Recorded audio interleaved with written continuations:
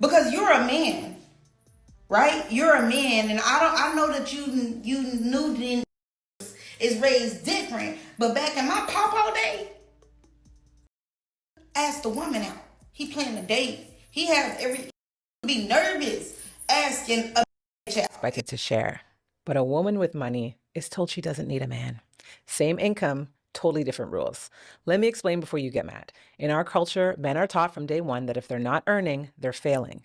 If they can't provide, they're not real men. If they don't pick up the check, they're broke or stingy. A man's value is often reduced to his financial output. Now flip the script. When women become successful, we don't expect them to carry anybody. In fact, we celebrate it as a form of freedom. Yes, queen, you're independent. She doesn't need a man. He's expected to provide, but she's expected to escape. Because if we really want partnership, then we need to stop placing all the financial burden on one side while celebrating freedom on the other. What up, dude? This your boy Peanut, the People's Nut, the practitioner of life, giving helpful advice. And we back with another one. I got a special episode for you guys today. We're going to take a look into this book that's been hated by so many feminists across the world. It came out in 1971, so you'll be surprised that a lot of the information that she said is still going on to today. But we're going to take a dive inside of this book called The Manipulated Man by Esther Villard, specifically chapter 24, and it is titled The American Man, the Most Successfully Manipulated Man, where the author, Villard, takes a sharp look at how the American man is conditioned by society and culture.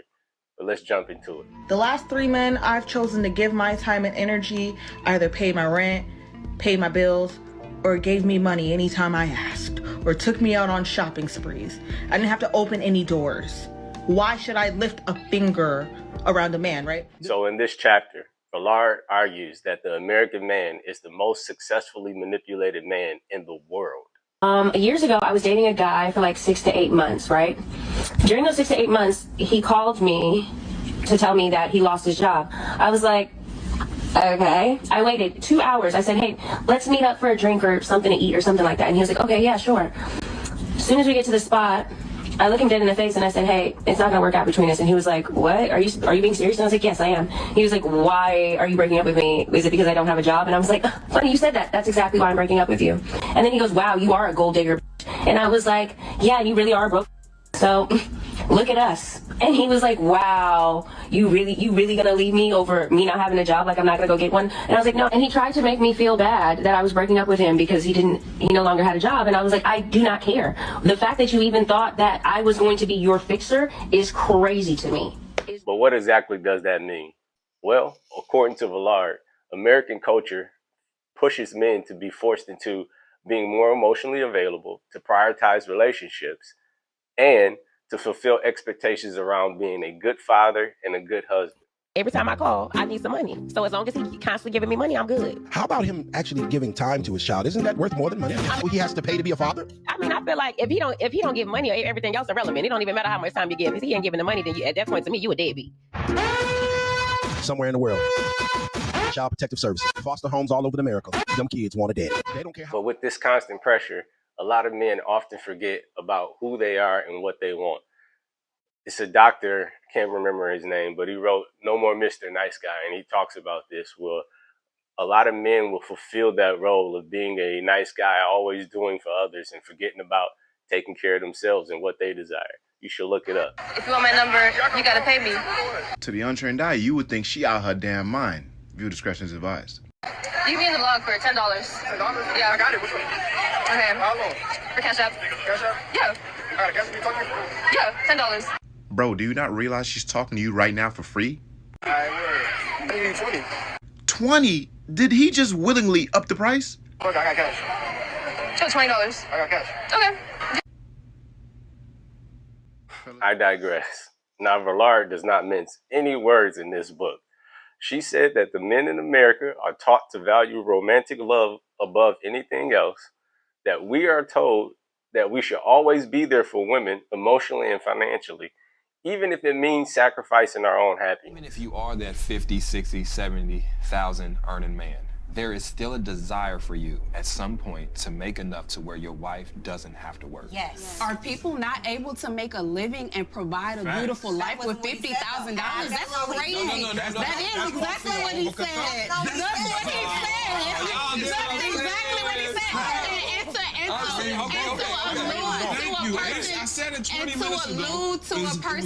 If a person makes under a certain amount of money, to say that they don't have the ability to lead, provide, and have all of these things, that's exactly what y'all are saying. Y'all are going around about a way to say it, but that's how people are perceiving the things that y'all say. And when y'all speak, y'all completely discount a large portion of the world, right? Because you only speak towards your experience, and that's not fair to the average listener. Ballard believes this emotional vulnerability and consistent need to please women makes American men easy targets for manipulation. And we see it all day online, from the OF girls, from the sugar babies, from just everything. You see it all day online that a lot of American men can be easily manipulated to financially want to provide for women and also emotionally provide for women. You're not a man if you don't pay 100% for everything.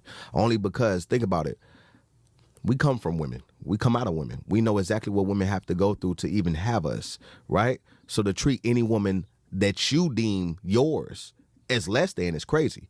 Think about it. You want a woman to go out there and work a job.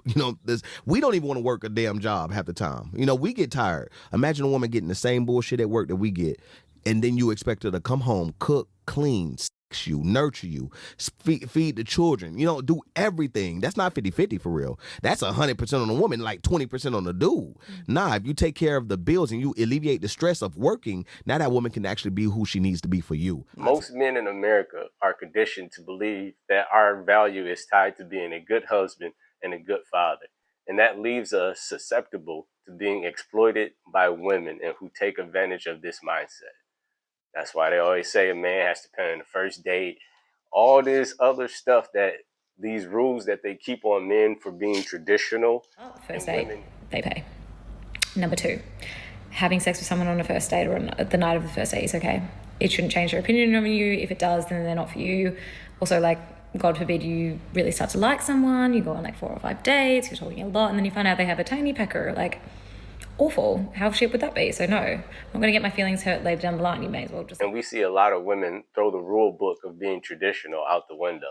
But it's not just personal relationships. Ballard argues that this cultural norm spills out into society at large, where men are expected to act as providers and protectors, constantly sacrificing their own desires for the sake of others. And played for a fool. If we're not married, I'm not paying your damn bills. Pay your own goddamn bills.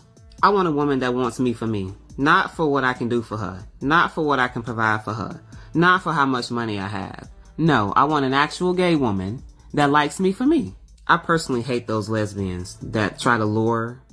Again, what do you see women online complaining about? Men don't give up their seat. This guy didn't work 12-hour shift and his feet on, especially if you're not a pregnant woman, an elderly woman, or elderly person, period. Why should I have to give up my seat for a woman that despises me? So it's Train and look at all these men. What happened to giving up your seat for women? No man offered me a seat. Excuse me, are you going to get up? What? Are you going to get up? Are you pregnant? No. Are you for equality? Yes. Then fuck off. No respect. Chivalry is dead.